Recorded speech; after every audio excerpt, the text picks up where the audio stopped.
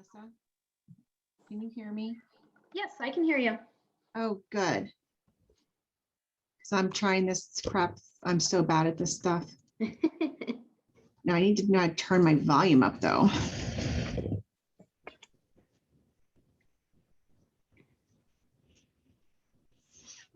There has to be a way to turn volumes up. You should be able to do that from your computer itself Right. by going down to the lower. Yeah, I go down there, but it's this whole screen is, wait, let me see. Okay. Ugh, and maybe I can do that. Nope, that didn't work. I just feel like because it showed me before and now it doesn't.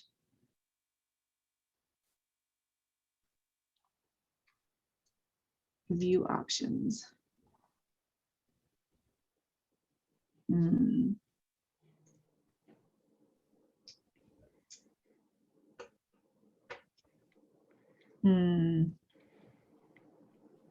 Can you hear me okay though? Yes, I can hear you well. And I hear you. Okay. All right. Does your keyboard have any, I'm on a laptop right now, and I know that has the volume settings. I don't know if your keyboard has that at all.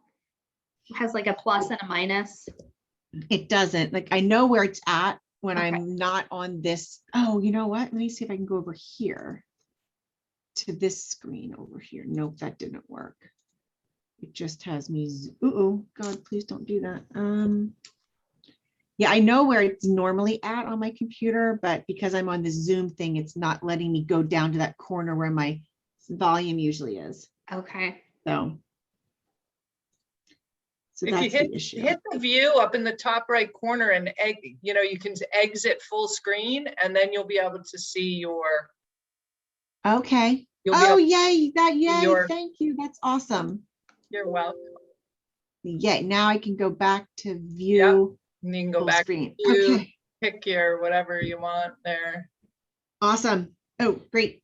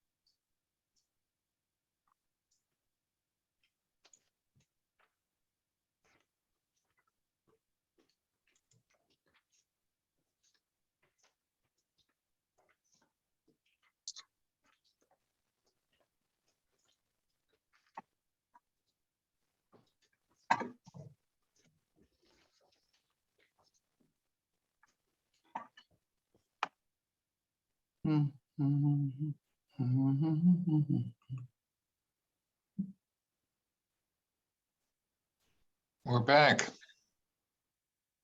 Hello again.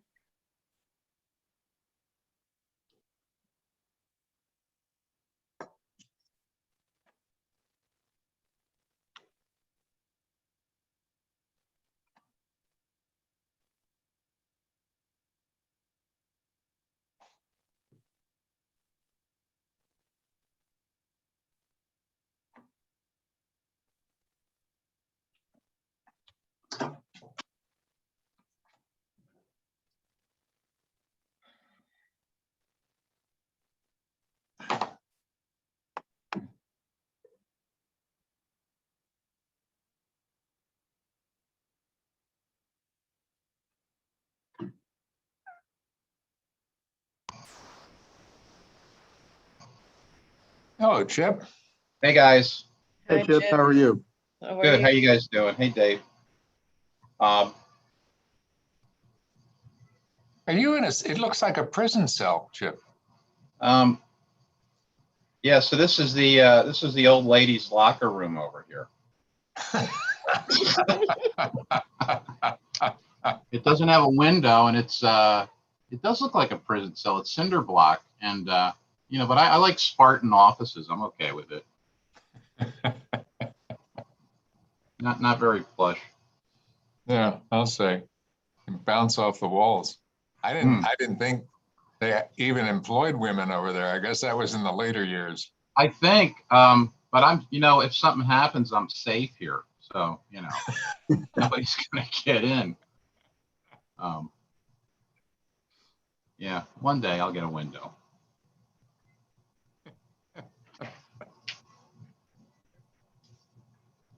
There's the rest of the gang.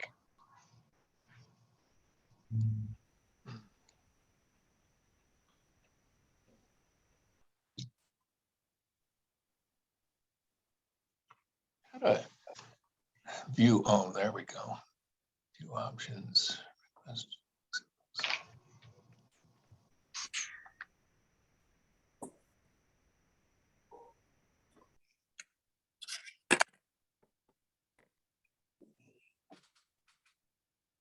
Oh, there we A few go. more people on the same screen. Does anybody know? You can do Yeah, go on. you can split the screen side by side mode. Where do you do that?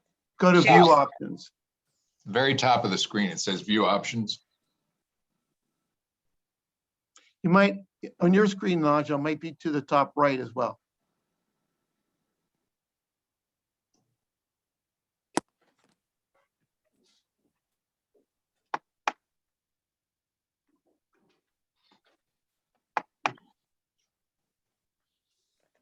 I don't see view option.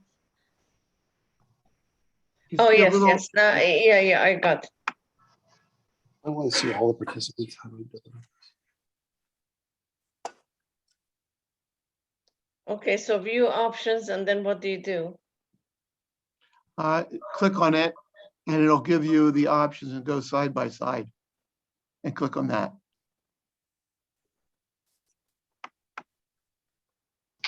Okay, got it. Does that give you what you need? Yeah, Okay.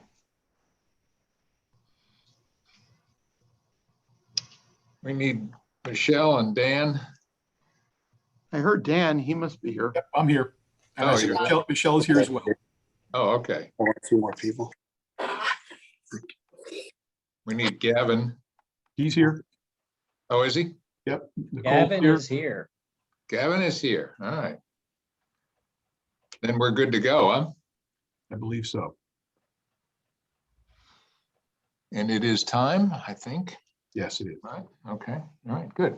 All right, we're gonna call the meeting of the Wyomissing Zoning Hearing Board back to order. This is a continuation of the meeting from March 30th on the matter of parking for the condominium complex. When we adjourned last, Mr. Gavin had presented his witnesses, and I was under the impression that now Ms. Plank was going to present her case. Am I right? If I may speak, Yes. if I may speak, Mr. Rothamel, I think that's largely correct. However, Ms. Plank's client had not questioned Mr. Watts. We had not rested our case. And in the interim, Mr. White has reviewed his intentions for the property and has modified them slightly. And so I think the way I would like to proceed, with your permission, is to allow me to recall Mr. White so he can testify to his modification of his intentions and subject him to cross-examination on that, and then return to Mr. Watts to complete his testimony. In addition, there was one misunderstanding that I had last time that I want to clear up, and that related to the Evolution Baseball. When the application was originally submitted, a variance was sought for Evolution's Baseball's use, but that was no longer necessary due to a change in the zoning ordinance. I inadvertently represented to the board that the parking variance for that use was no longer necessary, and I was incorrect. That variance is necessary, so we will be pursuing that. So It's a separate matter. to your I'm sorry? last, As a separate matter. No, as part of this application, because it was submitted with this appliation. so I just, just indicated last time that I didn't think we were pursuing it. all right, so just make sure that I'm clear for the record here. The last year, when the application was filed, it included parking relief being requested for Evolution Baseball. When, at the last hearing, when we talked about Evolution Baseball, you withdrew the Evolution Baseball request, but you're now saying you only intend to withdraw it as it relates to the use itself, but you still need the zoning relief for the parking for Evolution Baseball. Correct. Okay, all right. Board members, that makes sense. I understand that completely. Anybody have any questions about Mr. Gavin's intent as he proceeds with that particular request for relief? I don't. All right. I think we're okay. Now, let me just go over, if I may, just for a moment, two things. First one is for those, I see we have a pretty full audience here this afternoon, which is great. But I just asked that we have 20 people on right now. So I just asked that anybody who's not testifying, please mute your microphone. It just ends up creating feedback and a lot of other extraneous noises that we just don't need to hear.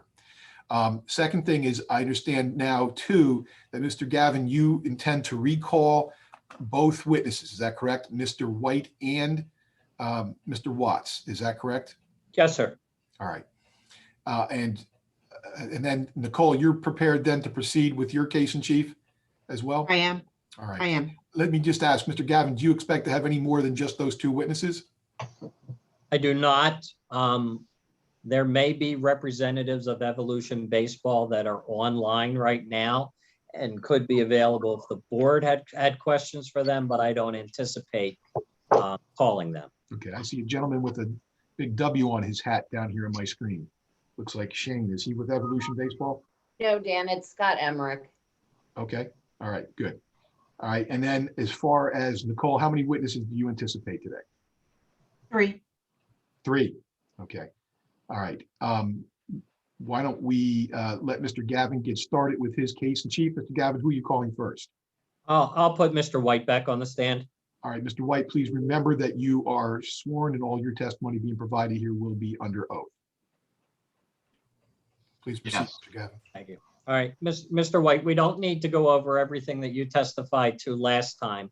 We're simply looking today for you to explain to the board how you have modified your intentions since the last time we appeared.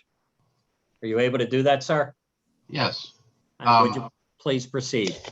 surely. I had communicated to Michelle Bear that what I would like to do to kind of get this resolved in an amicable manner would be to convert the back building that we own to a parking area for indoor parking.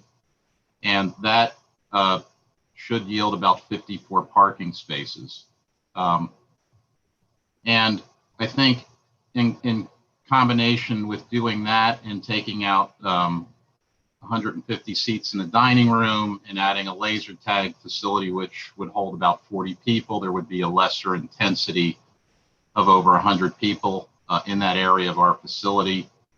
I also told Michelle that I would agree not to open the laser tag facility until the parking goes through an inspection is allowed. The building inspector says that it's good to go, that we can park in there. And I explained to Michelle, I thought that this seemed like a good resolution of the issue because when we leased neighboring parking spaces, I leased 80 spaces. And what I said was that I think I can provide 54 of those spaces with this conversion of the building. And as a result of reducing the intensity in our dining room, because we're putting in a laser tag facility which holds fewer people, I think it works out that if we have 100 fewer people in the building, and let's assume 2.5 people per car, because that is kind of our experience as to what we see here on average, that would be 25 spaces that I wouldn't need that I had before. So if I leased 80 spaces before, I don't need 25 of those. The 54 or 55 that we're putting in the back should cover what we need. That's what I presented to Michelle, I guess a week or two ago, that we'd be willing to do. And if approved, that is what you intend to do, sir? Yes, and we actually have a building permit that was approved last year pre-COVID, which I've talked to her about, which we would need to talk to their inspector to get that, because it's a year old. So, but we have to make a couple modifications to that. But yeah, it was approved a year ago. So we'd like to go through with that and just kind of move on from this whole issue. Ms. Bear has graciously placed on the screen a plan that appears to have an outline on it. Do you see that, sir? Yes. And can you tell the board what that plan is? Okay, so that's an aerial view, and the squiggly line to the right. So the smaller square red squiggly line shape is where Evolution Baseball would go. And previously that was always set aside for parking if Michelle thought that it was necessary, but we never did park in there. So that's showing that is being used by Evolution Baseball. And then the larger rectangle in the back is the area where we would put the 54 parking spaces. And we did not discuss this last time, but would you explain to the board what the Evolution Baseball use is? It's a baseball training facility for, I want to say younger kids, junior high school age, I think. Okay. And basically what happens there is the kids are, parents drop them off typically, and then they leave and come back and pick them up. So there's, in terms of parking, I don't think a huge need for that. Jim, before you move on, and Mr. White, just for purposes again of the record, I want to mark this exhibit that's currently on the screen. This is a new exhibit, correct? Yes, sir. All right, so I believe that we had A1 previously marked, applicants 1 previously marked. Let's mark this A2. Okay. That's agreeable. And then Chip, for purposes, you're talking now about the baseball and what they're going to do. That's the area that the smaller red outlined location on A2. Is that correct? Exactly. Yep. All right, please proceed, Mr. Gavin. Okay. And Mr. White, do you know what the parking needs would be for the Evolution Baseball, or is that a question better addressed to Mr. Watts? I'm not sure that Mr. Watts, that he covered that with the guys from Evolution Baseball, but the guys from Evolution Baseball did actually, based upon their, I mean, they had another location and they have a good history and track record of how many cars come and go, and they did develop a schedule, which I don't have with me, but the number of cars that park and sit there while the kids are inside training is not going to be more than the, I think, 10 to 15 spaces that could be created over there. Okay. Anything else, Mr. White, that you'd like to share with the board about your modified intentions and or about this Exhibit A2? No, I would just add that in terms of indoor parking, like I'd said, the permit for this was approved last year, and I didn't want to go ahead with it because of COVID and the financial situation, you know. But indoor parking was something that was approved last year. And back when we first opened the works about 19 years ago, we had included parking in the back building on the second floor. So it's not anything new that we're talking about doing here. It's not anything new that wasn't or hasn't been presented to the board before. Thank you, Mr. White. I don't have any other issues. Obviously, he's testified previously at the last hearing. I have a question, Chip. The parking that is necessary for the baseball, Yeah. where is that? So to the there is actually they do. Here's a schedule that does show the parking for baseball. So the parking area is to the east of the go-kart track building, like where that red square is. Right to the right of that is where they would park. And right now, there's 2 concrete pads there. You can't really park in that area. And the parking lines that are shown here aren't there right now. It's basically. Oh, okay. Yeah, it's 2 concrete pads that we have to go in and take out, stone, and then macadam. And there's also a land development plan that Frank Watts is working on for that. Okay. Who owns that property now currently, Chip? So that would be the owner of the gym back there, Pete Rowley. Do you have an agreement with them? Well, they would have an agreement with the baseball group, Rowley and the baseball group. But you just said that has to go through land development first. The parking, yeah, Michelle has told me that the parking, and Frank can speak to that, where he is with that, but I know that we've been working with some people on that.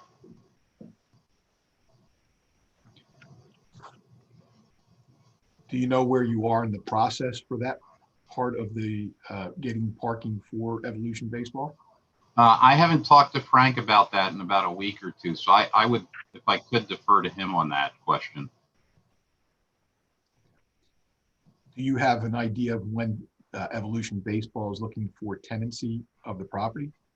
I think probably they would like to move in as soon as possible. I've allowed them to store equipment in there, and we're just cleaning up the space and painting it right now.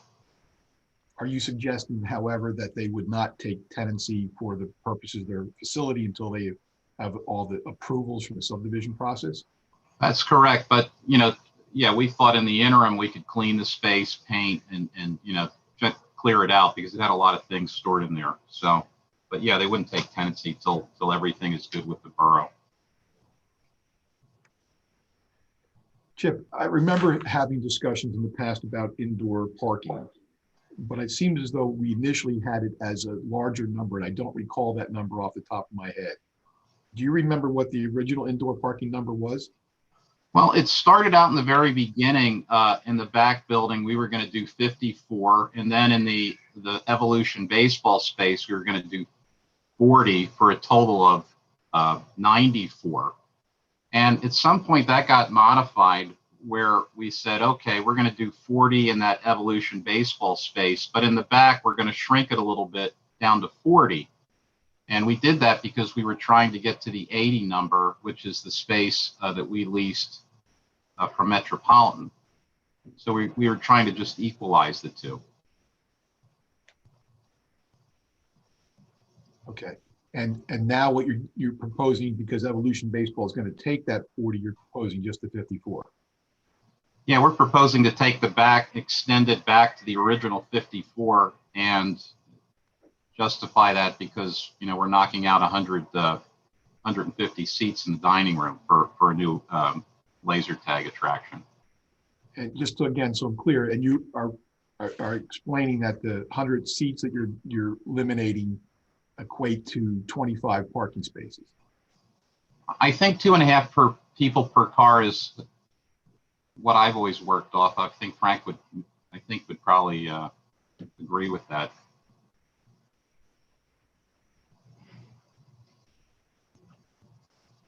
Okay. Understood. Question for you, Dan. How does this impact a hearing we're supposed to be having on Evolution Baseball.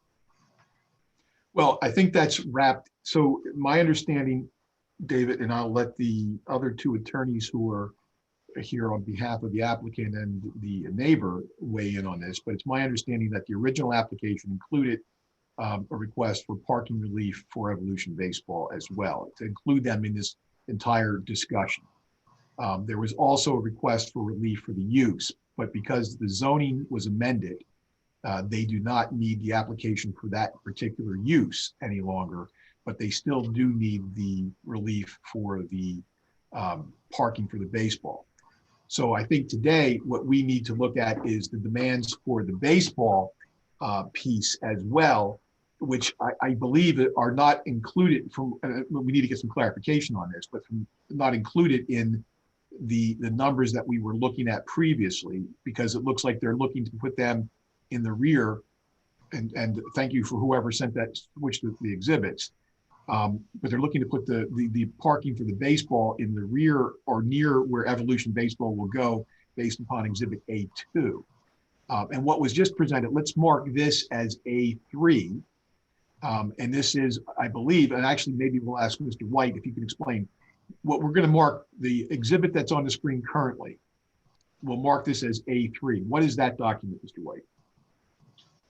So this was prepared by the gentleman from Evolution Baseball, and it shows from January through March, days of the week, how many cars park, drop off their kids, but sit there and wait for them to be done, and how many drop off. So you can see in terms of, if you look in the center there, like Monday, and then underneath that it has parked. 8 a.m., 12 p.m., there's 4 to 6 cars that would be parked in that area. Then it goes up 5 to 7, 8 to 10, 8 to 10. So I think when we looked at this, as far as what's parked, it's 10 or fewer cars. And I think, and Frank, I think that you can correct me or maybe talk to this when you testify, but I think we can add about 15 spaces per Frank's drawing. So we thought that the parking was adequate for how many people actually sat and waited while their kids were inside. Mr. White, and you may not be able to answer this, and if you can't, we will ask Mr. Watts. But do you know what is the required number of spaces for Evolution Baseball under the zoning ordinance? I don't. I know that I know that Michelle and I talked about it, and I think I want to say that we were looking, sort of the approach we took was, because if you look at the ordinance for our business, it didn't really work. It came up with a really high number, but I think it was just based upon how many cars were going to be parked there at a peak time, plus the employees. So that's what the guys did here, and it seemed like it wasn't going to be an issue. All right, well, we can discuss that with Mr. Watts and Ms. Bear at the appropriate time. But I think what we'll do is I think properly refer to this as the Evolution Baseball parking matrix. So we can refer to that as we move forward. That's going to be A3. Mr. Rossman, if you have any further questions, or if the board has any. No, I just need some clarification on that. Thank you.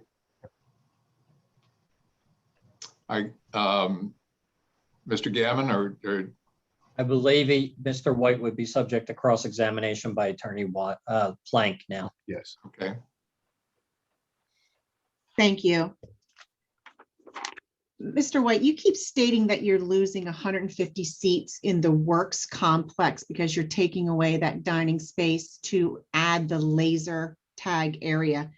But didn't you add 100 to 150 seats in building 24 when you didn't put the bocce courts in? In the back, the former nightclub space. Correct. Yeah, so that space, as you know, was a nightclub at one point, and was more or less standing room. And the capacity of that, I mean, we had events where we had over 1,000 people in there. So that's correct. Right now it is about 100 seats, and it's also a distillery, probably on a third of the total floor space where it used to be a nightclub area. So you're not actually losing 150 seats because you added 100 to 150 where you didn't put the bocce courts in, because in Michelle Bear's calculations, the nightclub is no longer in the calculations when she testified just a few weeks ago on March 30th. But I don't think anyone calculated all the additional seating that you put into building 24, because you did put additional seating, correct? Objection is to the question. The question is argumentative and complex. Can we break the question down, please? So Nicole, Surely. Just restate the question. You added 100 to 150 seats in building 24, correct? I'll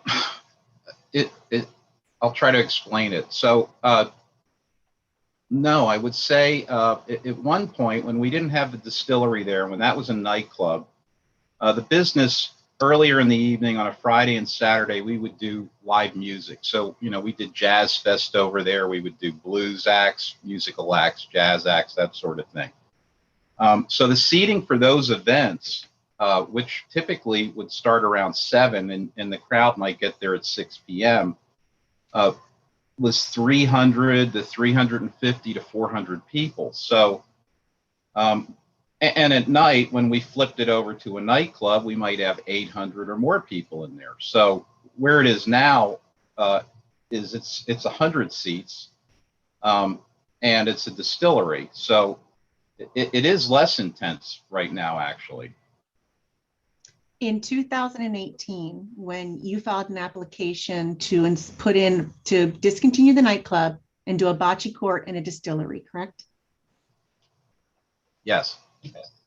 And the calculations for parking since 2018 have no longer utilized or put into consideration the nightclub, correct?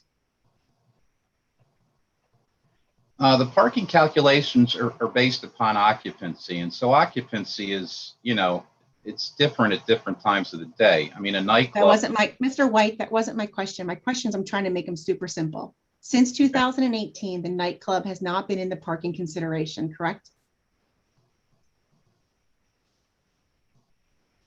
I'm going to object to the form of that question. I don't understand what do we mean it was not in the parking consideration? Well, I think it is. Hold on. One at a time. I think. Hold on, Mr. White. Okay. White, just hold on. I thought the question was pretty clear, Jim, but. Okay, that's fine. Nicole, it could be me. Clarify the question. Since 2018, when the nightclub was discontinued, none of the variances that have been requested consider the nightclub occupancy or use or parking, correct?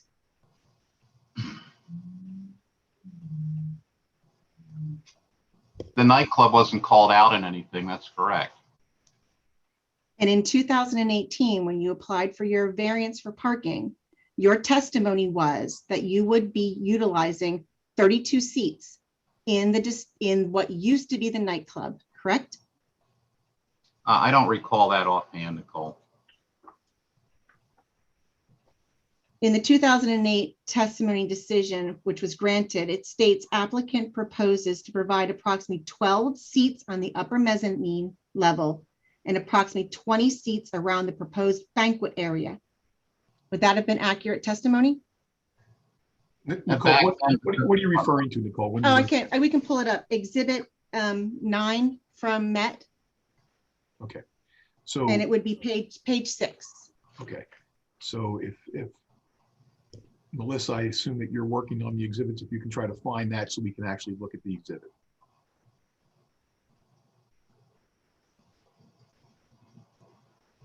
And this is just while she's looking for that, Nicole, this is the 2018 zoning decision. Is that correct?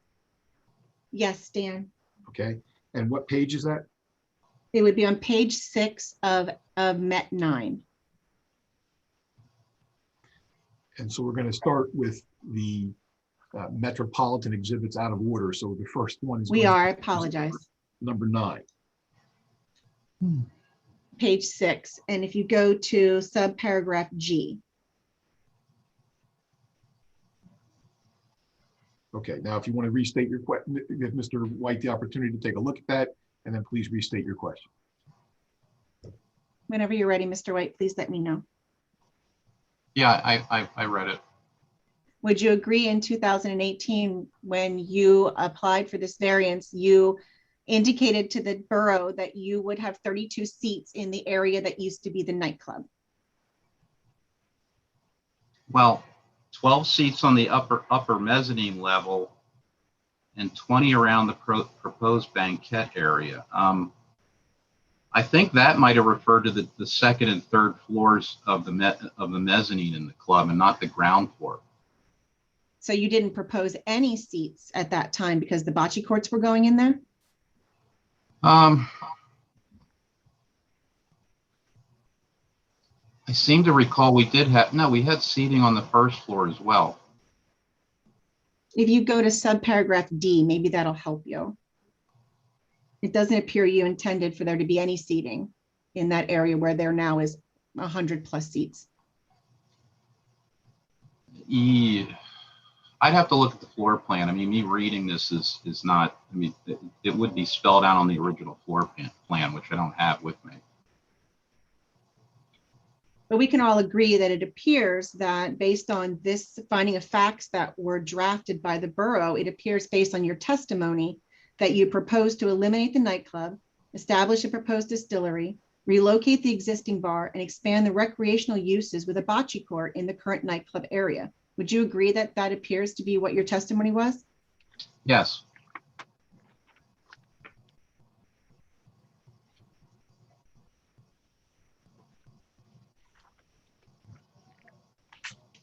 In 2019, you told Mr. Timonchenko you no longer needed his parking, correct?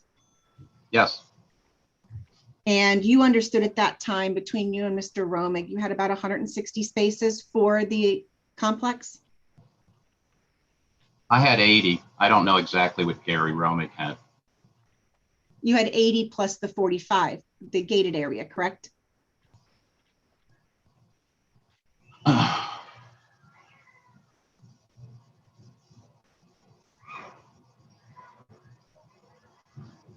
That may be correct. And then Mr. Romig had about 93, if you remember the testimony from January of 2020. Yeah, I don't recall that offhand, but. And you testified on March 30th, just a couple weeks ago, that you felt the lease with the Met was no longer necessary, so you terminated it, correct? Right. And you had used those spaces over the years to obtain your various variances for parking, correct? Which spaces, the 80 or the 45? The Met lease space. I think initially we never used the 80. That was the space in front of Baja Beach in that area. That was when the Met bought the property that we added that. I never leased that before that. Right, but you did use that space. You used those leases for those spaces to obtain variances from the borough over the years for parking, correct? I agreed to lease that space from Kevin, and the borough looked at it as if, yeah, it was required to get the variance. I did it because he and I just struck a deal, and I thought it wasn't a bad idea to do that. Do you remember Ms. Baer's testimony in January of 2020 that you had 510 spaces after losing the metropolitan spaces? I don't recall that offhand. And 40 of those spaces of the 510 were the spaces that she was in control of telling you to construct, the indoor spaces. So technically you had 470, correct? The 40 where Evolution Baseball is going to go? Correct. Yes. And by terminating those leases, you've created the hardship and the reason why the notices of violations were issued, correct? Objection, that's the form of the question that calls for a legal conclusion as to whether or not Mr. White created a hardship. That is a question for the board to decide, not for Mr. White to opine on. Let me rephrase my question. Please. Mr. White, the notices of violations that were issued in 2019, they were issued against you because of the fact that you terminated the parking leases with the Met, correct? Correct. And you testified in January of 2020 that you could create additional parking, correct? I did, yes. And in fact, you agreed to do so, and that's why the notices of violations were withdrawn, because you agreed to construct 80 additional indoor parking spaces, correct? Correct. And now you state it does not make sense. You don't feel it's necessary, correct? I have agreed to do 54 in the back because I believe that's what the borough wants me to do. Do I think they're necessary? Is that your question? I don't think they're necessary. You stated on March 30th in your testimony that in addition to the parking lot in front of the Works Building 24 and Gold's Gym, you have other parking available to you. What parking is that? In addition to the parking, other than the lot in front of our building, I said that I had other parking available. You did. You testified on March 30th when I watched the testimony back that you had parking that was, and Mr. Watts also testified that there's additional parking beyond that. I'm just curious as to what parking that is. I mean, I may have been referring to the other lots that are around, you know, the neighborhood here where we had talked to the owners of the lots and they would allow us to park there. But I think there was an issue with the lot had to be within 500 feet of our entrance to be considered. So I don't know what that's relevant to. It was just something that we threw out there. So there are no additional leases or additional parking that you actually have? I haven't pursued anything like that. I mean, if the board asked me to do that, I could. Do you have any way of determining how many people are in the building at any given time? The best way to do that, we've had electronic counting equipment in here that's inaccurate because we have so many entrances and we have so many people that come into the building at one time. So you have multiple people coming in through the front entrance. The counting devices we use couldn't count, and that was many years ago, and perhaps that's improved. I don't know. But the best way to count is literally to have 5 employees and stake them out in different areas of the building and just physically count who's in here. And we've done that on several occasions, and that's accurate. So you've done it on several occasions. When was the last time you did that? I don't remember the exact date, but Michelle has asked me over time on different occasions to do that, and I've done that when asked. Is it done weekly? No. Monthly? It's not done on any regular basis. It's done when she's asked me to do it. So you actually have no idea how many people are in that building at any given time? If I need to know that, I can determine that. I haven't needed to know it though. You testified in January of 2020 that there are no parking issues, and if people cannot find parking, they just leave. Is that still your opinion? Yes. Are you aware that your invitees are parking against guardrails? Which guardrail are you referring to? Any of the guardrails in that lot, are you aware that they park against them? I mean, there's multiple guardrails. Which one are you talking about? Any of them? Are you aware that they park against them? There are times when people park where they shouldn't park.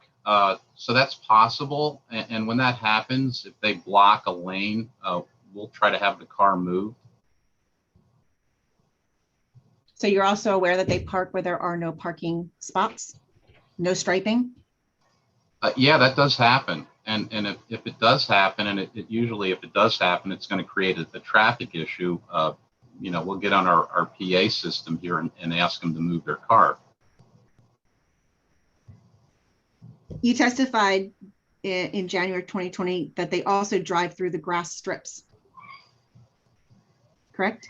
Strips. I mean, if you're saying I testified, I guess I did. I don't recall what grass strips we were talking about, though. That was your testimony. I was unaware either, but you testified they drive through the grass strips.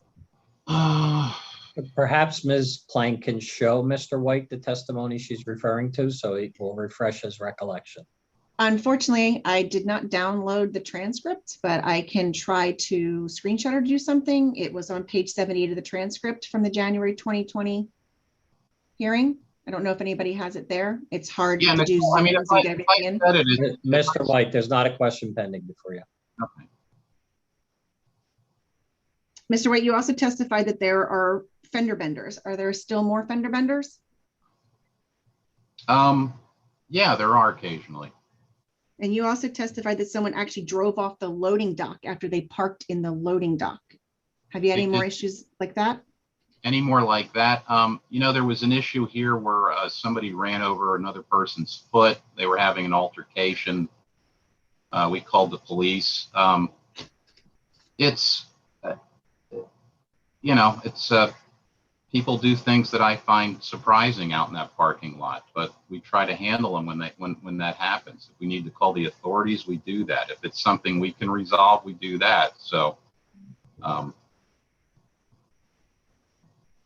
many employees do you have present for the busiest shift on a Saturday for the works complex? I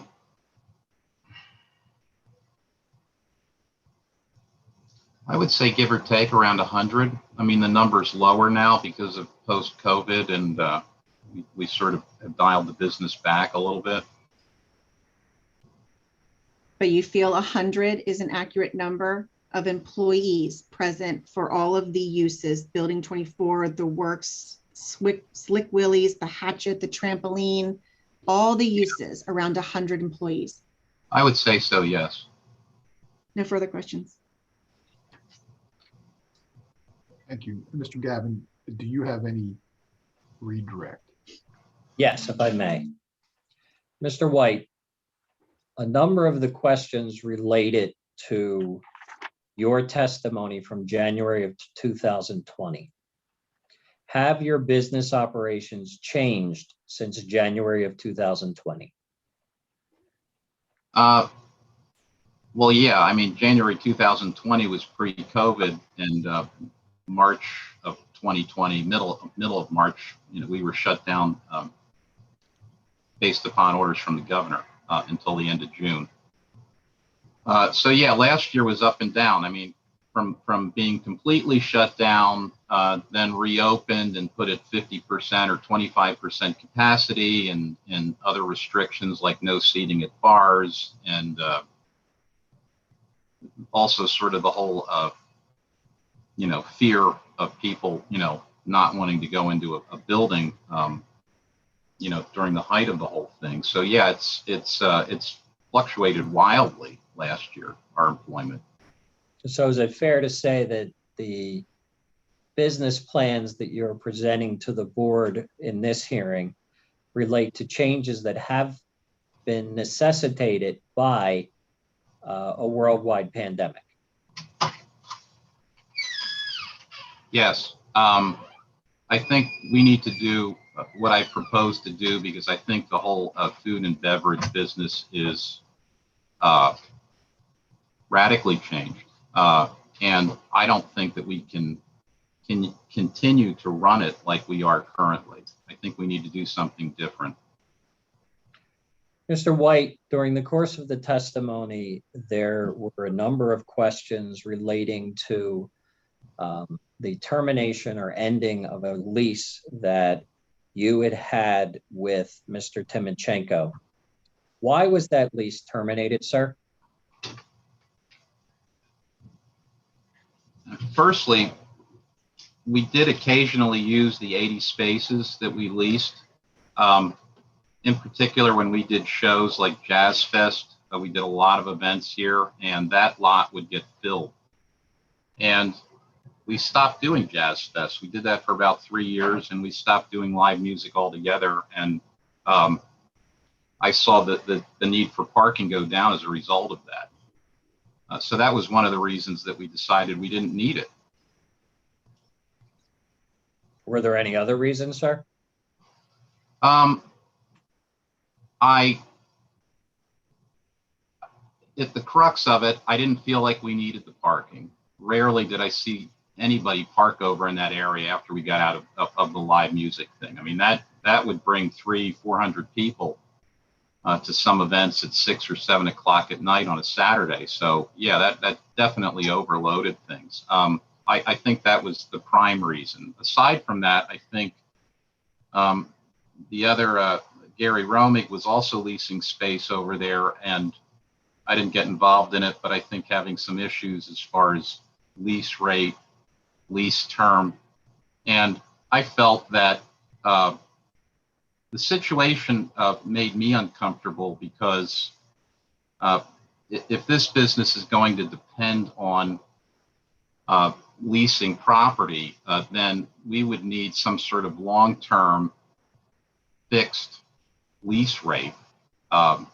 Otherwise, we would be, if our zoning, if our approvals all hinged upon the availability of parking, that would have an undue control and influence over our business that I didn't think was a good idea. I thought it would be best to just put the parking inside our building and not be obligated or exposed to that sort of situation that could jeopardize, our business.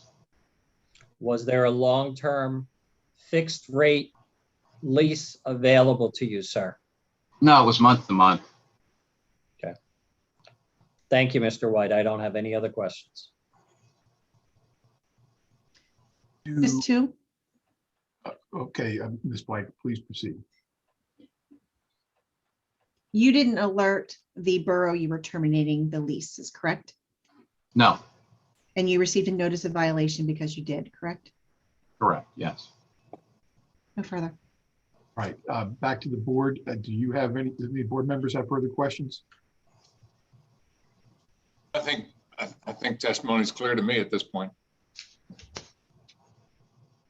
Jerome, it looks like you have some questions on your mind. Are you good? Well, I guess my question is concerning that lease. Is it Ms. Plank's client's position? He's apparently opposing. Is he opposed? I'd like it clear. Is this just being given for information purposes, or is Ms. Plank's client opposing any variance? So I guess that's a question for you, Nicole, just for clarification for the board. Yes, my client is opposing the parking variances because they don't feel that there's adequate parking available for the uses and the continuing increasing of uses at the property. And it's impacting his neighboring property because when there's overflow, they are parking on my client's property. And there clearly is not enough parking available for the existing uses, let alone adding uses. So my client is opposing the variances as it hurts his property. So we'll use that as an offer of proof, I suppose, that you're going to be providing additional testimony to that end when you have Yes. turning your case in chief. Is that correct? That is correct. Okay. And then my next question is, if that's the position your client's taking, is your client taking the position that if Mr. White leased that lot, he would then not oppose the request for a variance? If the leases were still in place, there would still most likely be adequate parking because they would be in compliance with the previous variances that have been granted by the borough. Actually, that's not my question. That's not I'm my sorry. question. My question is your client's position that if Mr. White leased that lot from him, that he would no longer oppose Mr. White's request for a variance? That's a tough question to answer because I'm not sure even if he still leased that property, if my client's property would be unaffected. But definitely because the leases were terminated, my client's property has been affected. I'm not sure even with those existing leases, if they were put back in place, if there is actually adequate parking for the uses that would then not affect my client's property. But because the leases were terminated, we don't have that information. Okay, so let's just hold here. I think, Bob, some of these questions may be better suited to some of Nicole's witnesses when they take the stand. All right. At this point, this is just her speculating, I believe, rather than getting direct testimony from witnesses who are under oath. So why don't, is there any other questions for Mr. White at this point in time? No. No, sir. Any board members? No. Anyone else? Good. I'm good. Thank you. All right. Hearing no other questions at this time, Mr. Gavin, I believe you said you had another witness for us today. Yes, we'd like to recall Mr. Watts at this time. Okay. Mr. Watts, you'll be taking a stand again. I remind you that your testimony is being provided under oath as you were sworn at the last hearing. Yes, I agree. Okay, please proceed. Thank you, Mr. Becker. Mr. Watts, really just briefly, number one, Exhibit A2, which is the matrix that has the red highlighting on it. Were you the person that highlighted it? Yes, sir. And would you explain what you did to the matrix for that exhibit, please? Sure. I basically highlighted the two areas just for clarity so that we understood where these different spaces were taking place. The smaller box, as Mr. White testified to earlier, is where the proposed baseball tenant is to be located. And the area above that was the location of the indoor parking. You might notice that it says approximately 40 spaces because that is what we applied for with the building permit for that back area. And that is the area that we would have to modify and bump back up to 54, taking an additional space to create those spaces. And Mr. Watts, due to my mistake during the last hearing, we didn't address the off-street parking for the Evolution Baseball. Are you able to address that for the board today? Sure. Basically, the understanding is that with giving up the 150 seats in the restaurant area, we can basically account for the parking that's no longer needed for that space and more than accommodate the parking requirements for this new tenant. And is it fair to say that all of the relief being sought relates, or let me restate that, is driven by the size and shape of the property? That is correct. Anything else that you need to add to your testimony from last time in light of Mr. White's modified intentions for the property? No, the only thing, again, I would like to reiterate is that, the parking calculations from a zoning standpoint have never aligned with the occupancy load of the buildings. And that's always been our testimony, is that the total occupant load of the building has been used to determine the parking spaces available. And that would be no different with this particular tenant. Thank you, Mr. Watts. I don't have anything else for today. May I ask a question of Mr. Watts, please? Sir. The spaces that are required for the baseball are coming out of the reduced spaces for the restaurant. But I think we already counted those to add to the 54 in the back to come up with roughly 80 that are not in the lease, that had been in the Met area that were leased. Aren't we double counting somewhere there? And maybe Mr. White's, I don't know. I believe I can speak into that. So last year, around this time when we applied for the variance, there was the goal of getting 80 indoor parking spaces. And so 40 of those would have been in the back building and 40 would have been in the space that we're now looking to lease out to this tenant. At this time, we're basically saying we can provide 54 spaces in that back lot. Those 40 spaces in the front building would no longer come into play because that space would be used by the baseball tenant. No, I'm not talking about that. I'm talking about the spaces you're going to recover because you took 150 seats out of the restaurant. If I may try, Mr. Rothermel. So there was previously testimony today that there's going to be a need, or you're going to provide somewhere between 10 and 15, and I'm not exactly sure that number. I'd like to try to hone in on that a little bit as well for Evolution Baseball. I think what Mr. Rothermel is saying is that that was not included as part of the 150 seats or the 25 spaces that you're recovering from that, was it? I don't believe so. I mean, the way the parking matrix that we presented for the purposes of this hearing shows that we have 415 spaces. I'm sorry, you're gonna have to repeat that. Showed that you had how many? The current parking matrix that was presented, and it's actually part of this exhibit at the bottom of this sheet. Somebody would have to scroll up there to see that. That shows that the works at their peak hours would have 417 spaces available to them.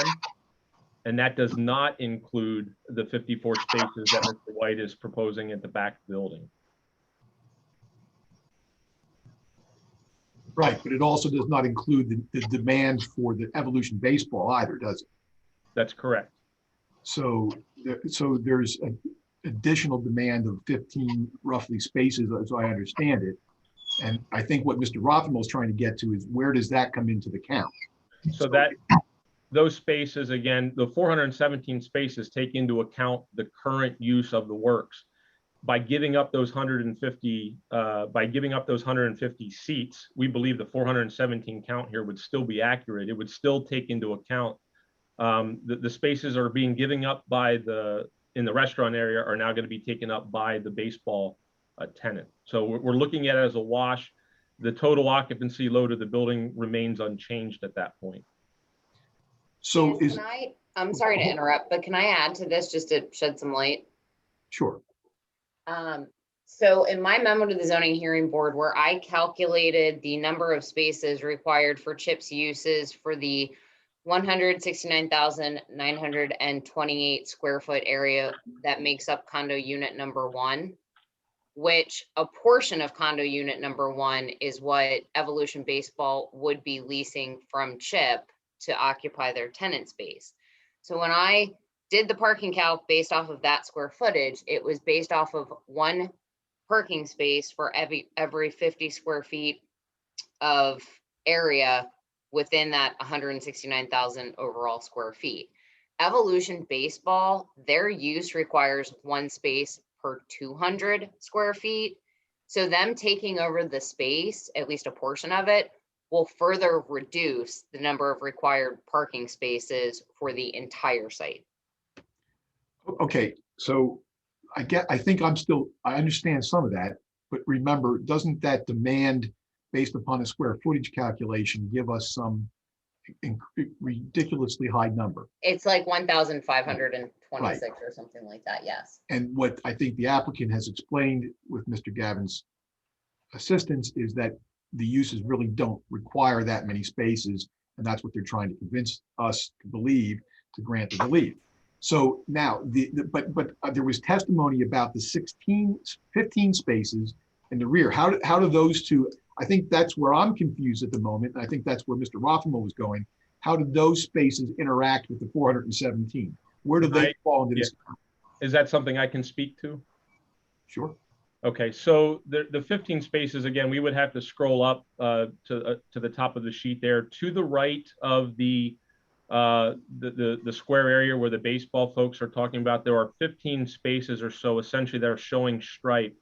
That is what's currently going before the land development process, and those parking spaces are not included in this calculation.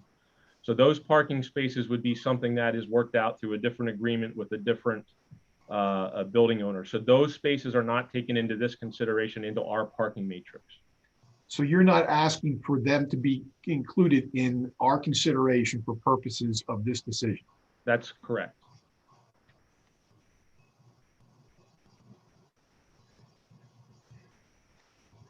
So right now, what you're saying is Evolution Baseball will be parking in the large main parking field in front of the works. That is one option. There is also the consideration there are parking spaces available.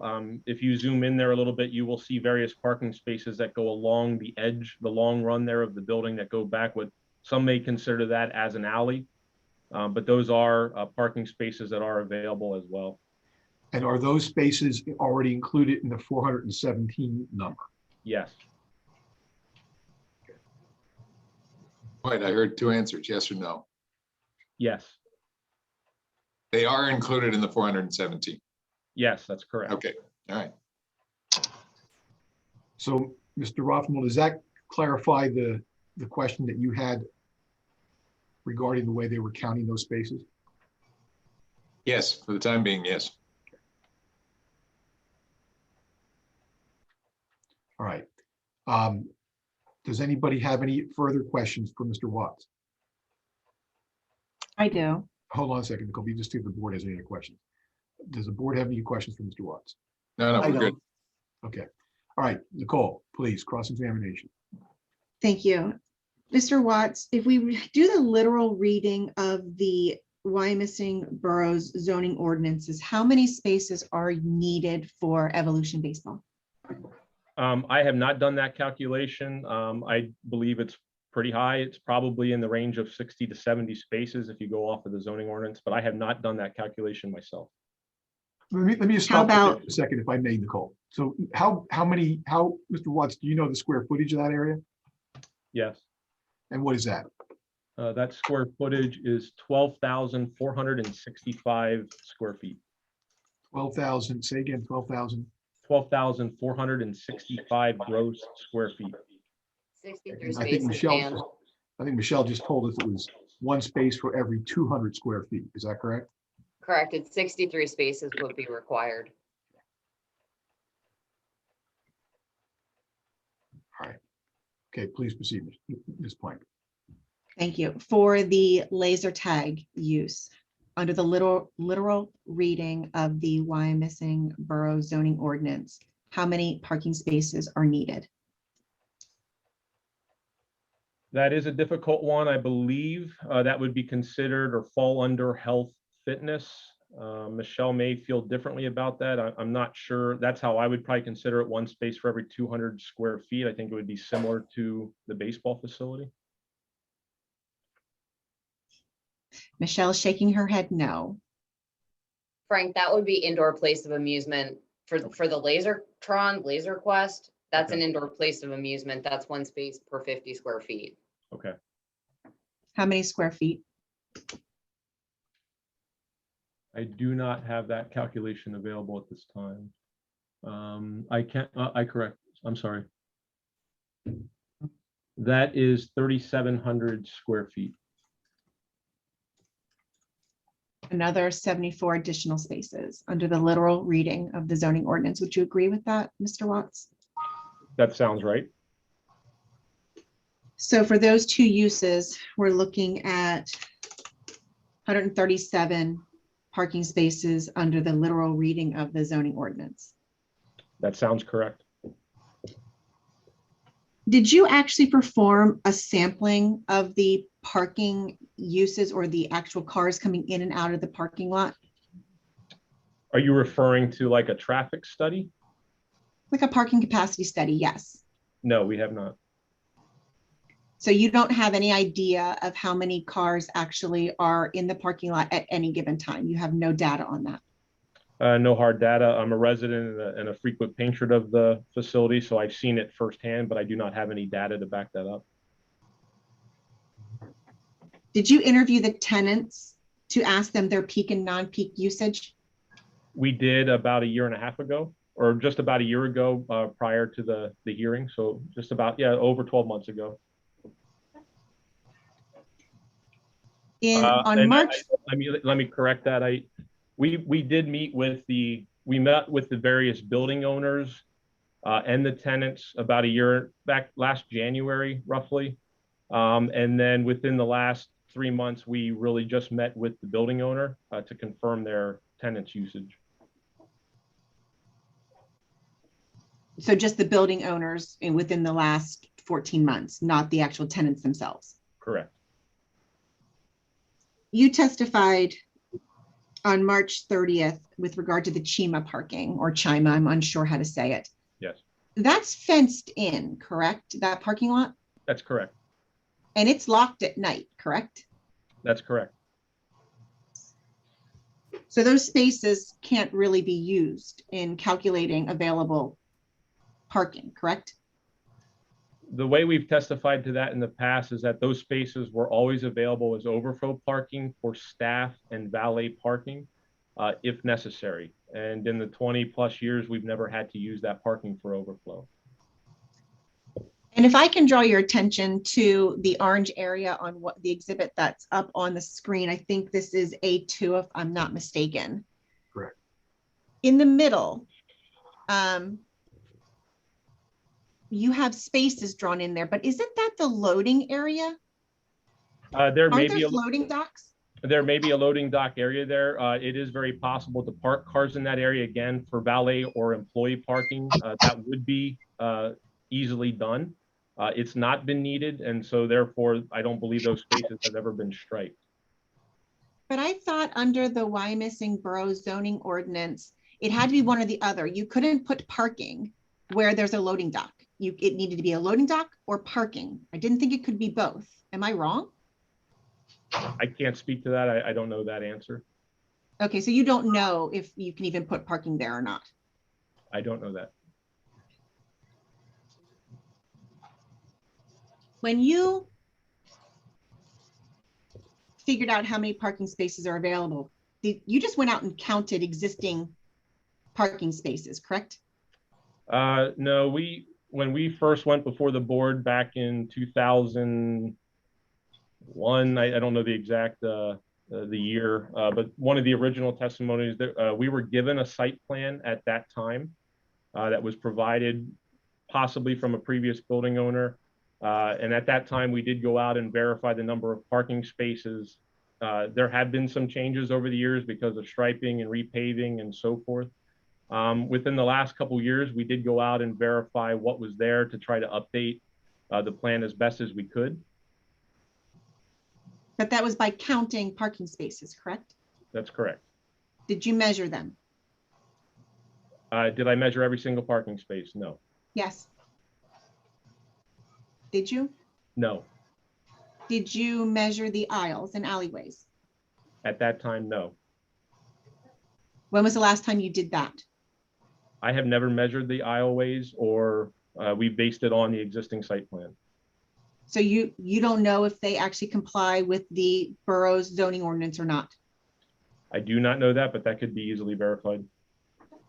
But as we sit here today, you cannot verify that. No.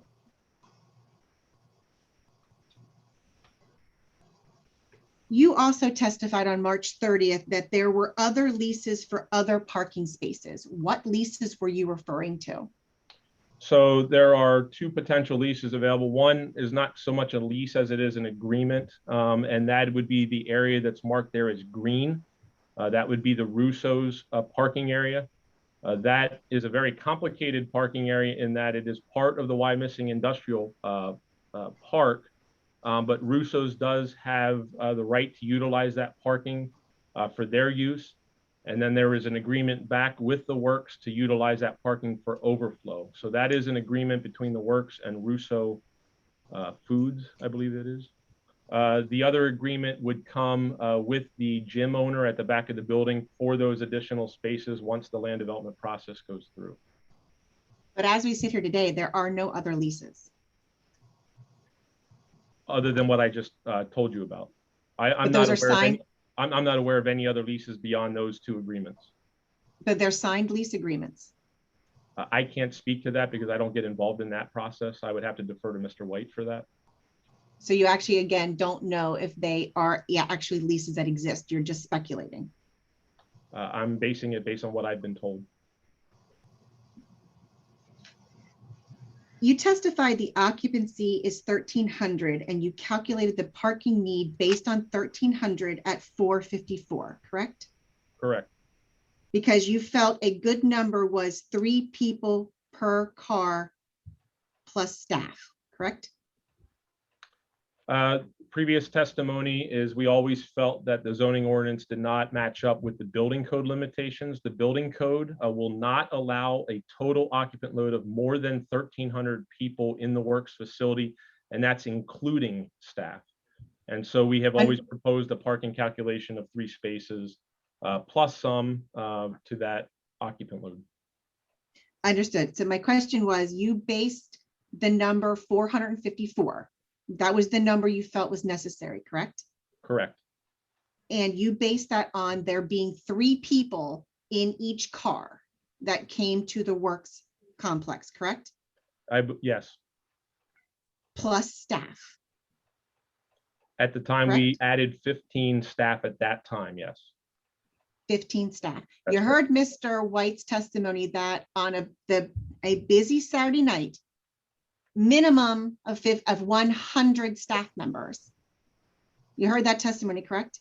I did hear that, but it can still not exceed the 1,300 maximum occupant load of the building.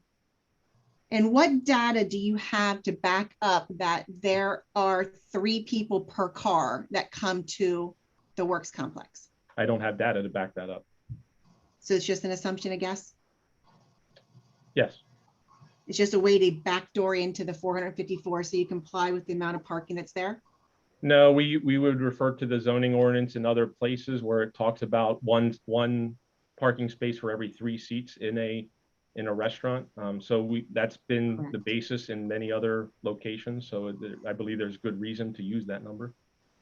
So you want to use the literal reading of the zoning ordinance when it works for you, but you don't want to use the literal reading of the zoning ordinance when it does not work for you. Objection. That question is argumentative. That's not necessary. Please continue, Nicole. No further questions? Mr. Gavin, do you have any redirect? I just have one question. Mr. Watts, as part of your cross-examination, you did mention that you have been to the property many times when it's operating and you made your own firsthand observations of the parking situation at the property. Do you recall that testimony? Yes, sir. Can you comment for the board of what your own personal observations have been? Yes. I mean, my family and I visit the works on a pretty regular basis and have visited a number of the attractions. We live in the borough, and so we drive by that location probably 3, 4, 5 times a week. Very often we're driving by there on a Friday and Saturday, and while the lot is full, we have never run into any issues or have never seen any parking, blocking driveways, parking out in the street, or any hardship there. Our family has been there many times on a Friday night and Saturday and has never had a problem finding a parking space to go in and participate in the facility. Thank you, Mr. Watts. I don't have any other questions, Mr. Becker. Board members, do you have any further questions? Good. I'm good. Just give me one moment, just looking at some notes.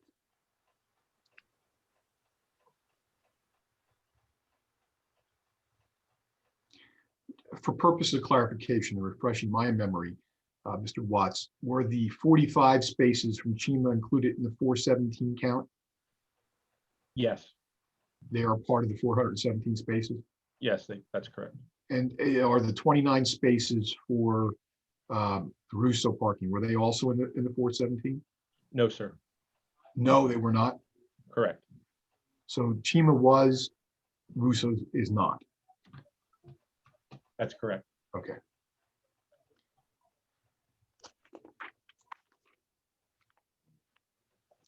Do you know what size spaces are required out there by the ordinance? I believe it's 8 by 18 for Wyomissing. We work in many boroughs, so I know it does vary from time to time, but it's either 8 by 18 or 9 by 18. Having been out there many times yourself, do you believe that that's compliant with those sizes? I believe the sizes that are there are compliant with the current zoning ordinance. I have not measured it myself recently.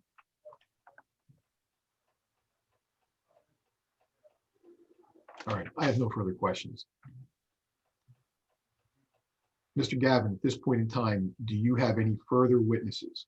I do not. I'd be moving for the admission of my exhibits. Okay, so that is A1 and A2, I believe, or so there's a 3, A3. There was an A3 as well, sir. Right, that was the baseball matrix, the evolution baseball park. Yes, sir. All right. Nicole, any objection to those exhibits?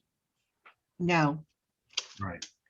Board members, I recommend that we approve and move the acceptance of the exhibits. Moved. All right.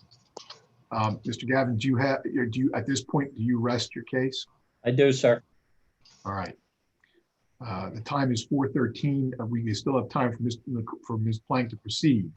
Remember, I Thank just you. want to remind you that we have a hard stop at 5 o'clock. So if we're approaching 10 of or something in that neighborhood, I will probably stop the testimony so we can start talking about additional dates if we need them. Okay, All right. So please proceed, Ms. Plank. Mr. Watts, I like to call him, Mr. Watts, my goodness, Chuck Frantz, please. He'll need to be sworn. Yep. So who are you calling as your witnesses, Nicole? Let's do all three of them at the same time. Michelle Bear has already been sworn, so I just need Kevin Timonchenko and Mr. Frantz sworn in. Okay, Mr. Franz and Mr. Timonchenko, if you could both raise your right hands. And I would tell you to face the stenographer, but I suspect you're already doing that on your screen. So if Kevin you needs to swear take you- himself off mute. Kevin needs to take himself off mute. Thank you. Thanks.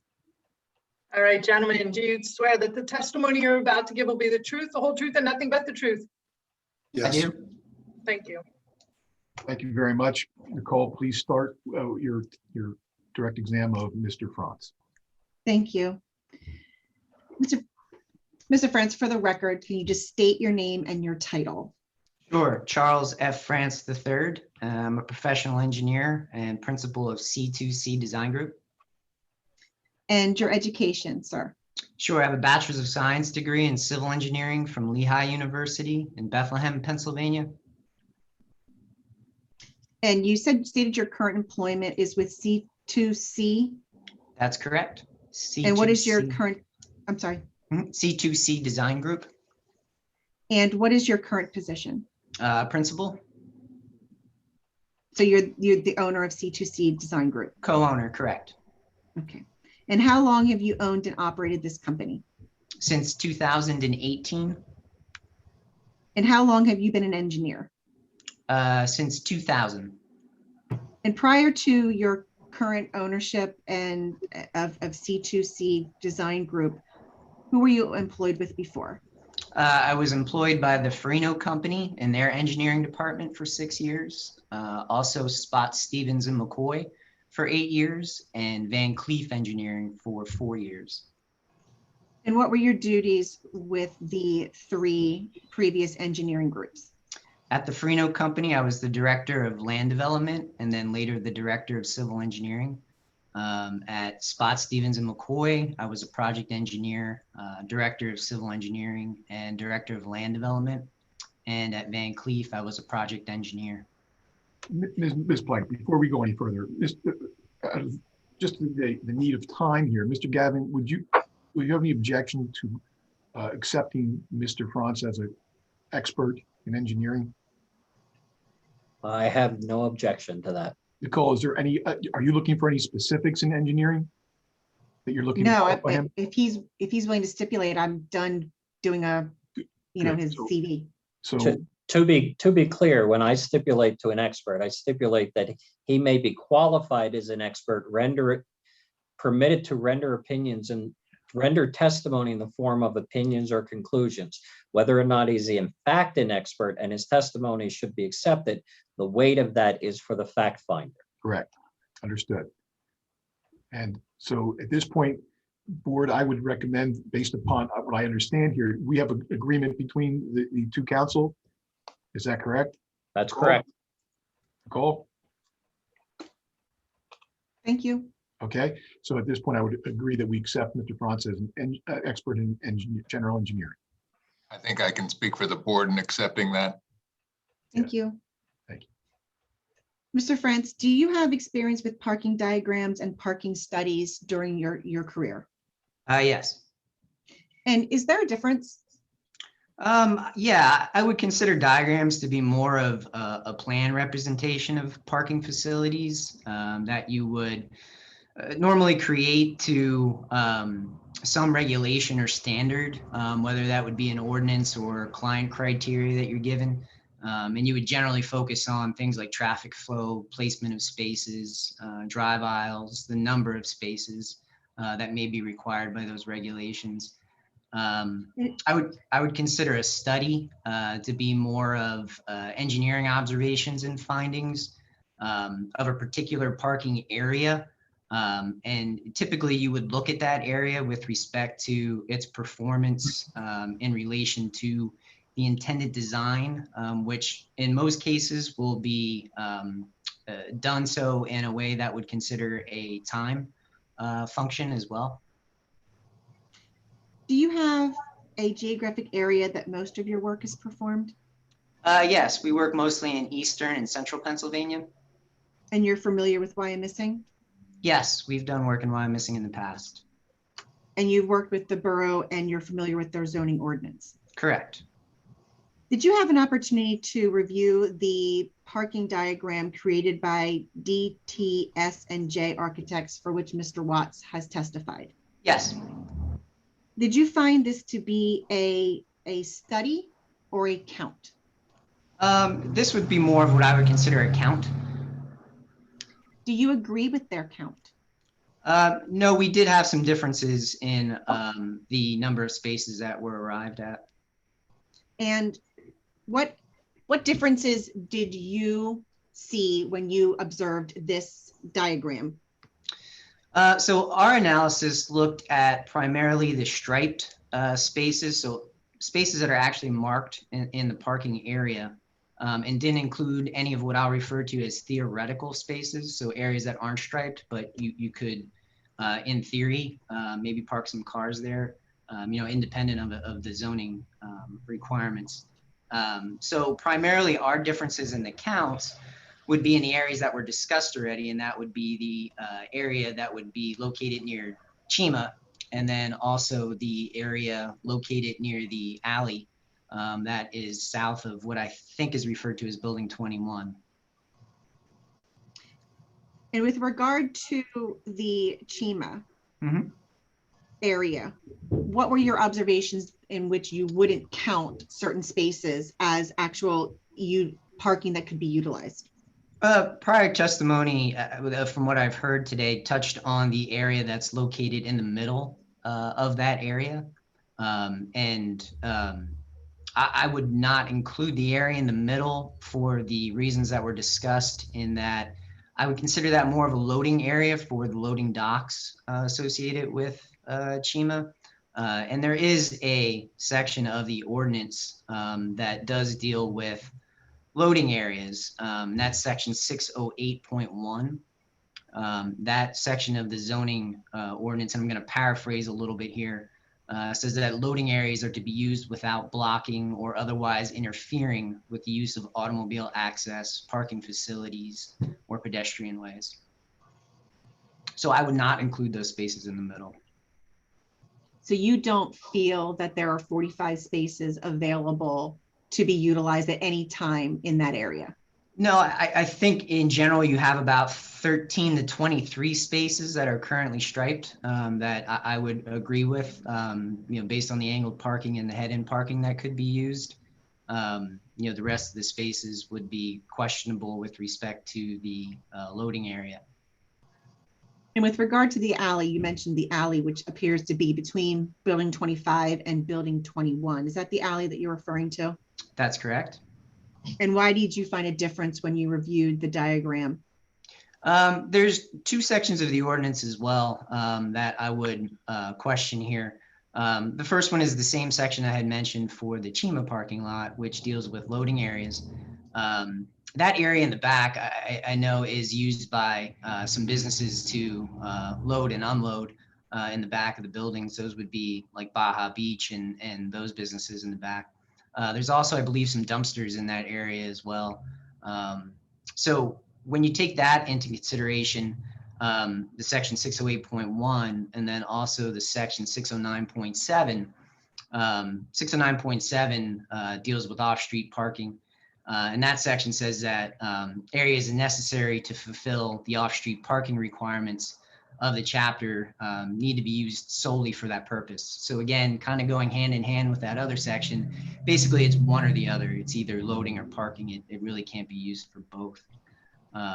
So when you look at that section, and then if you're going to include loading areas and dumpsters, and you look at the existing width in that alley, I believe the existing width is somewhere in the ballpark, depending on where you're measuring, you're somewhere in the ballpark of, I'm going to say like 32 to 35 feet.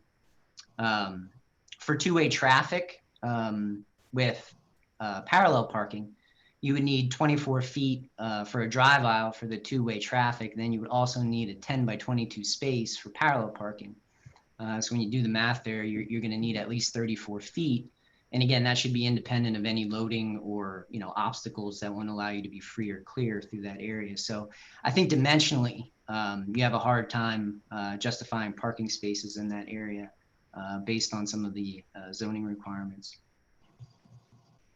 To your knowledge, to the best of your knowledge, does the Wyomissing zoning ordinance allow for a timing matrix to determine its parking requirements?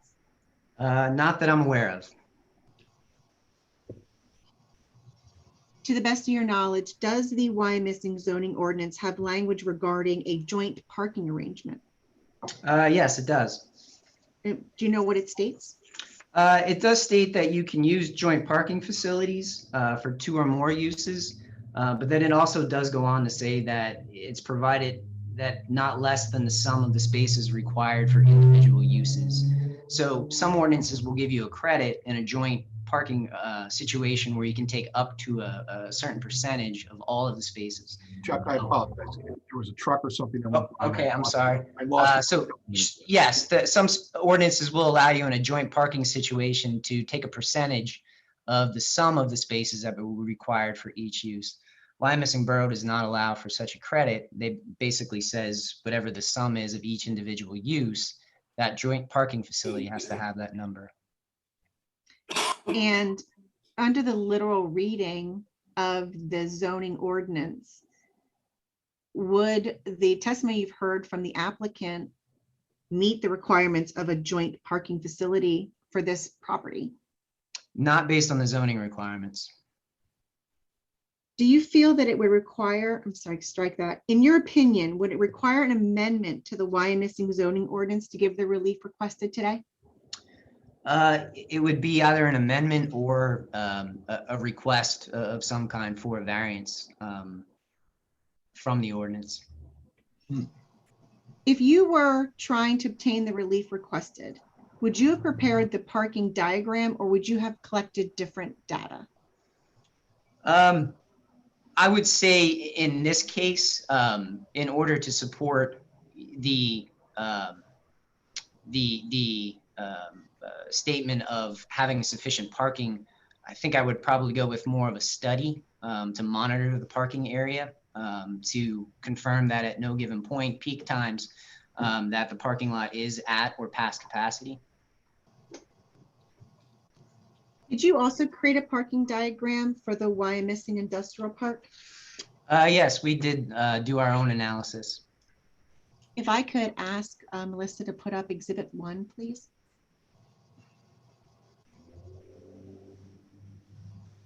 Thank you.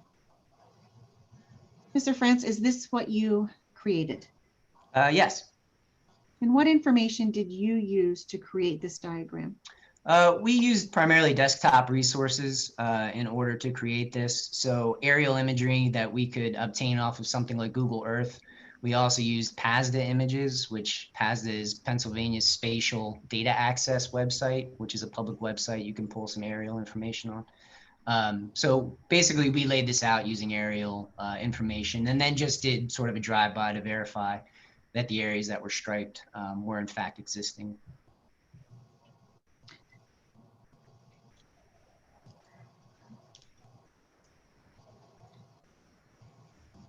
No further questions.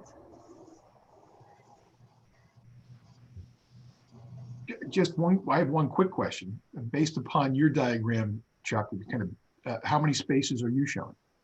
We showed somewhere between 417 and 427 that you see there. The range, the extra 10 range in there is if you look at sort of the southern area of Chima, kind of along the fence line, from the aerial imagery, it looks like there's some parking spaces that are striped, but the paint has faded over time.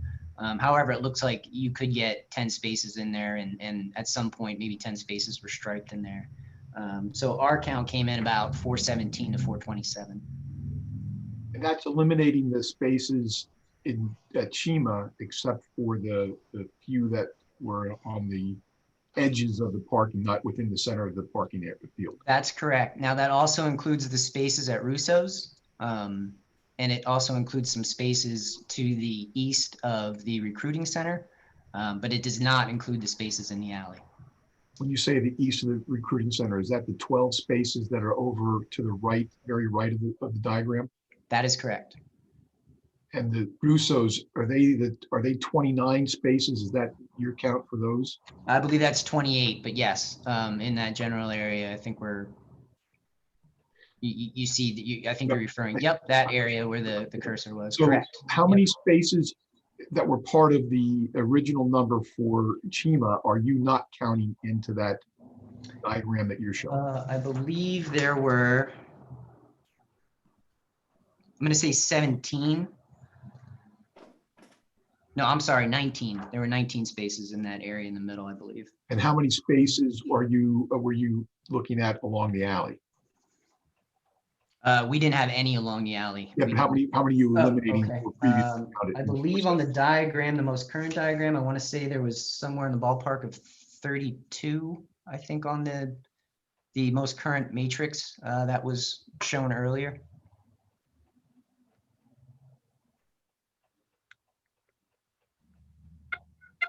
So without those 51 spaces,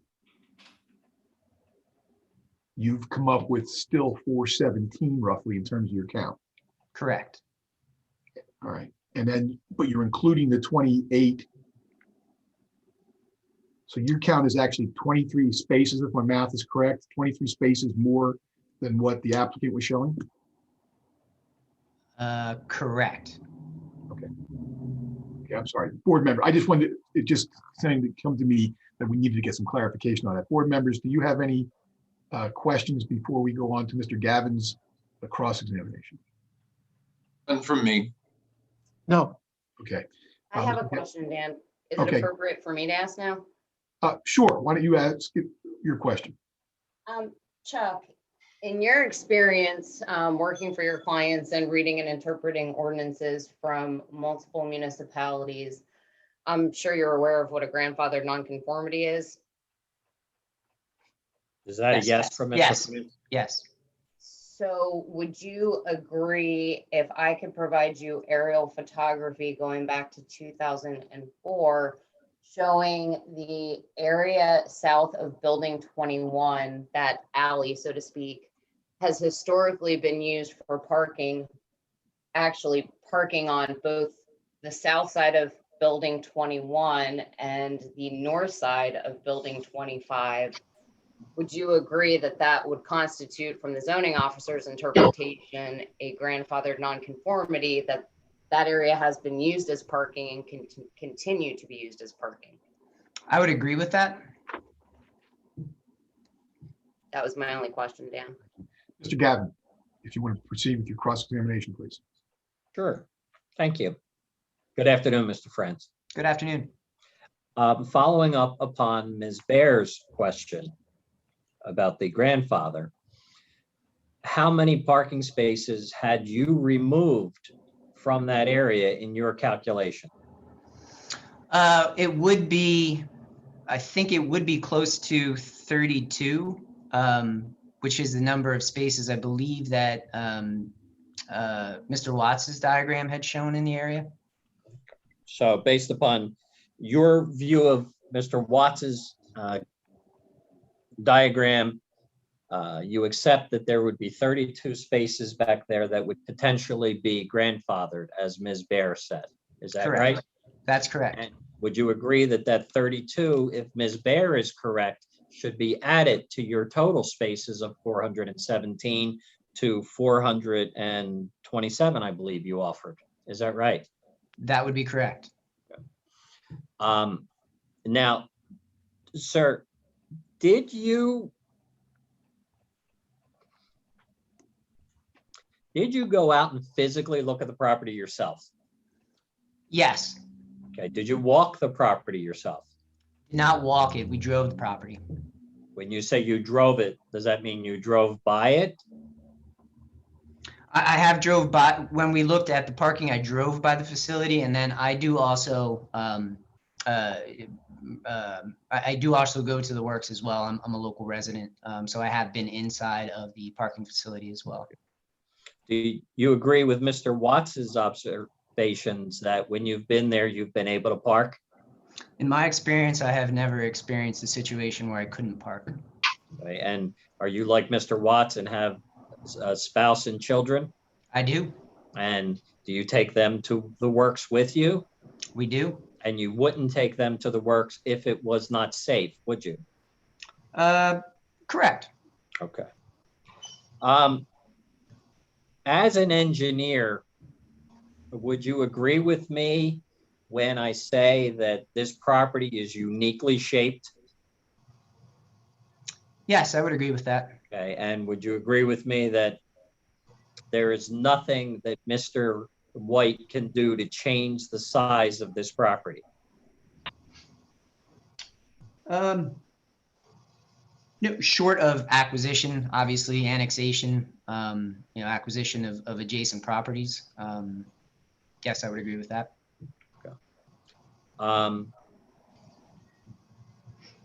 And you agree as an expert in this area with the fundamental statement that a property owner should be permitted to use his or her property in the manner they desire, correct? Correct.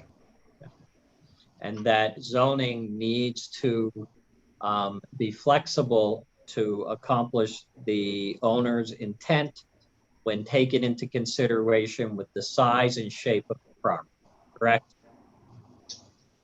Correct. Okay. And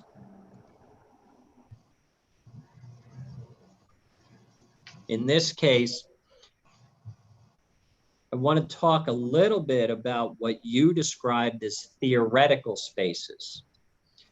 Was there a time that you were at the property where you were able to determine whether any vehicles were parked, actually physically parked, in spaces that you identified as theoretical spaces? I have been at the facility where, in the main drive aisle, I have experienced where cars started parking outside of what's striped. I think Mr. White earlier had mentioned that does occasionally happen.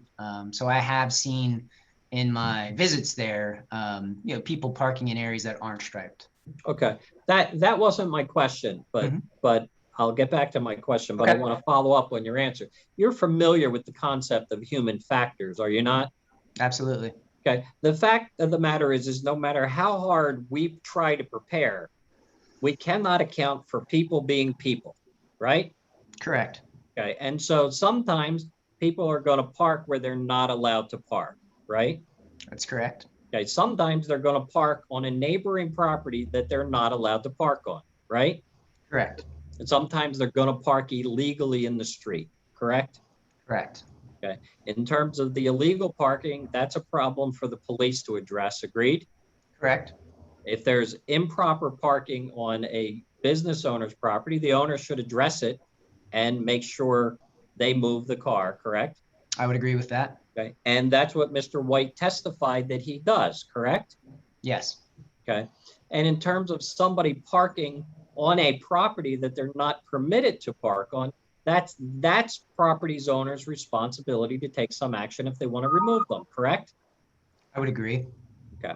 So let me get back to the theoretical parking because it was probably my question being bad, but I was really speaking about that Chima lot area where you're calling that a dock. Mhm. My question is, did you ever see any cars actually physically parked in that location?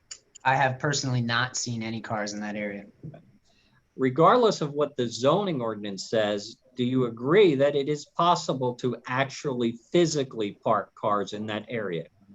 It would be physically able to park cars in that area. And if that area was controlled by the property owner and limited to parking employees only in that area and valet parking in that area, you would agree with me that that is physically possible, isn't it? Physically possible, yes. Okay.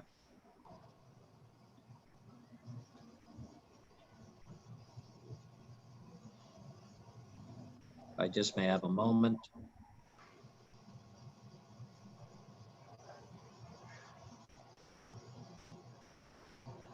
Thank you, Mr. France. I don't have any other questions for you. Oh, do you have any redirect? Just a couple. Mr. France, with regard to the last line of questioning with all the speculation of what could be or could not be parking, and could you physically park, under the reading of the zoning ordinance, to park in areas that aren't striped is a violation of the ordinance, correct? That's correct. And just to clarify your parking number and how you got to the number, if we look at Met 1, you included 12 parking spaces that are technically not part of the applicant's property, correct? Those are the ones for what is the Baja Beach, laser tag, and the recruiting building, correct? Yes, I'm not aware of the ownership of those spaces, Nicole, but yes, those are the 12 spaces over to the side there are associated with those uses. So they're included in your 417, correct? You are correct. Okay, so if we took those off, we would be down to, I hate math, 405 to 415. That's correct. And you also included the Russo's parking in your parking number. That's correct. And though that looks like that's about 28. 28, correct. So if we took away the Russo's as well, if I was at 405 and I take away 28, I get 377 to 387. That's correct. And then you went literally back, you just used what's actually shown with regard to Chima as permitted parking under the zoning ordinance, not speculative parking. Correct. And that's, so if we take away the two numbers we just discussed, you would actually be at a 377 to 387 number. That math sounds correct, yes. Okay, but then if we add back in again, possibly grandfathering in the alley, then we get to a 409 number. Because we're going to add possibly grandfathering back in the alley parking of 32 spaces. Correct, Mr. France? That's correct. Okay, and no further questions. Board members, do you have any further questions for Mr. Franz? Not for me. Okay. Mr. Gavin, I assume you have no further cross, is that correct? That is correct. Okay. Any other questions? Hearing none. Mr. Franz, thank you very much for your testimony. Ms. Plank, please call your next witness. Before we do that, Mr. Becker, I would point out that it's 4:40. I don't know whether you want to start a witness. Well, let's just chat about that for a moment. I think we certainly have time to get started here. We have Nicole, what's your pleasure? Well, I was going to do Michelle and then Kevin, but I can do Kevin, and because his will be much quicker than Michelle. How long do you anticipate his testimony to be? I can probably get through my questions in about 15 minutes with him. Okay, and then Mr. Gavin, we can hold your cross until the next hearing. How does that sound? That's fine. So let's proceed with, at this point, let's proceed with Mr. Timochenko.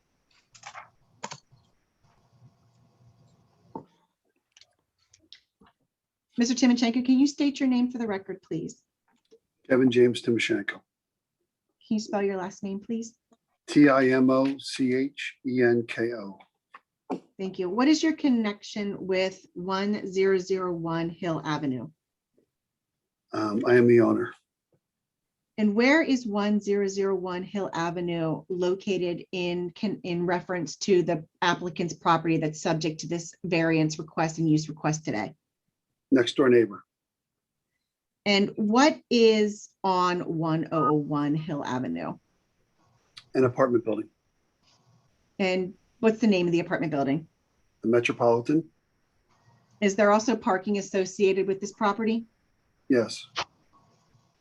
If the relief requested today is granted, do you feel it will have an adverse impact on what I'm going to refer to, if no one minds, the Met. Yes, Why do you feel that way? because of the issues we're having with the parking. What are the issues? Can you outline the issues for the board?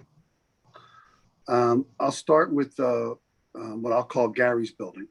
And the tenants at that building where Baja Beach is, that can constantly park in our parking lot. And then also the recruiting folks parking, they're really the biggest culprits. They park all over the place. Then they also work out in the parking lot also. When did these issues start?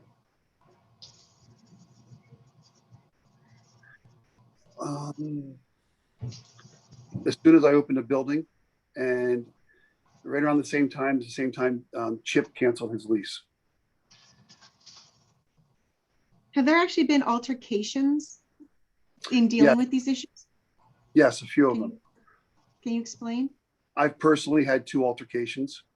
My vice president of operations had an altercation, and 2 of my employees have had more than numerous altercations with asking people to move. Are the parking issues causing a hardship on the tenants of the Met? Yep. Yes, we also get lots of complaints from tenants that, some tenants have reserved spots, and because of that, people parking in them, then we have to deal with that situation. And are the issues causing a hardship for the employees of the Met? Yes, in fact, I've told him to stop. I was afraid that somebody could get violent, so I actually told him to stop even having conversations with people. What do you do when there's parking issues now? We don't do anything right now currently. You just mentioned that that Mr. White had terminated leases. So you previously had leases with Mr. White and with Mr. Moromig as well? That's correct. And how many spaces did you lease to the condominium known as The Works? Roughly 140 some. I could be off. I don't really know. Did you terminate these leases? No, Who did? both Gary and Chip. Can you repeat Did that? you say, Both Gary and Chip. were these leases reinstated at any time after they were terminated? No, Did Mr. White correspond to you with regard to the lease and yes, terminating it? yes, And was that I'm sorry, and was that in the form of a text message? yes. If I could have Exhibit 2, please.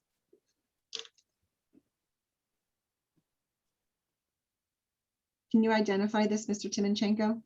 Yes, that's a text from my phone. And who's it from? Chip, And what does it state? I can't read it. I apologize. If I told you it says, I also don't need the parking, so I'm going to give notice that we're no longer leasing it, would you agree that that's what he said to you? Yes, Do you have plans for the parking lot at this time? I may have plans for that parking lot. What would those plans include? I can't disclose that at this moment. Fair enough.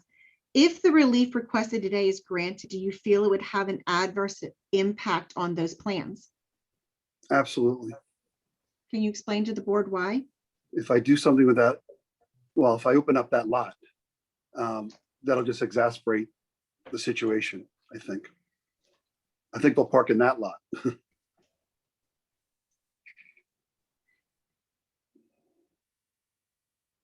Right now, Mr. Timonchenko, where do you live? I actually live at the Metropolitan. From your home, your residence at the Met, can you see the parking lot that we're discussing today?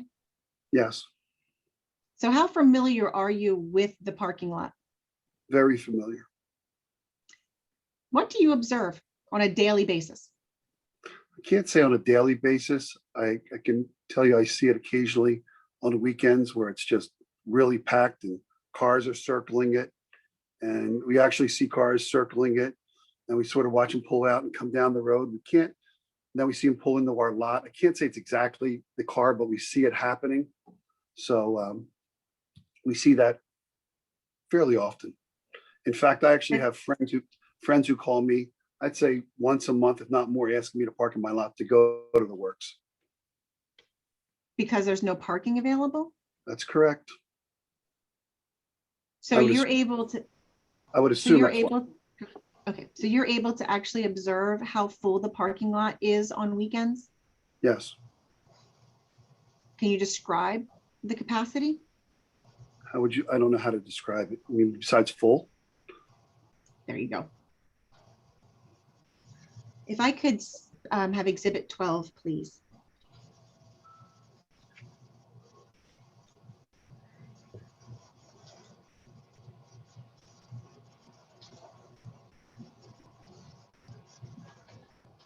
Nicole, how much longer? We're now at about 10 of. How much longer? In like a couple minutes, we're going to go through some photos and then one question after that.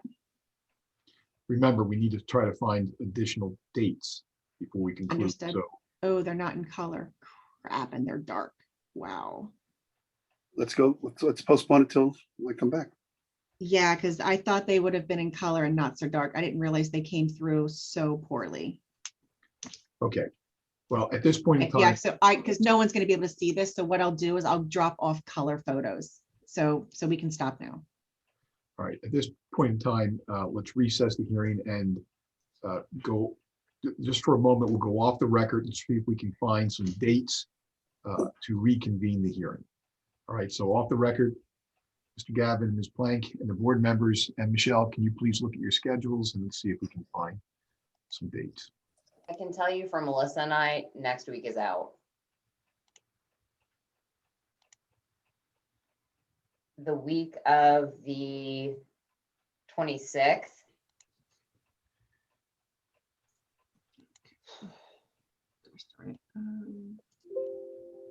The 27th is the only day I could actually do if we're doing afternoon. Yeah, I'm not available that day. In fact, I'm looking probably at my schedule at the week of, Yeah.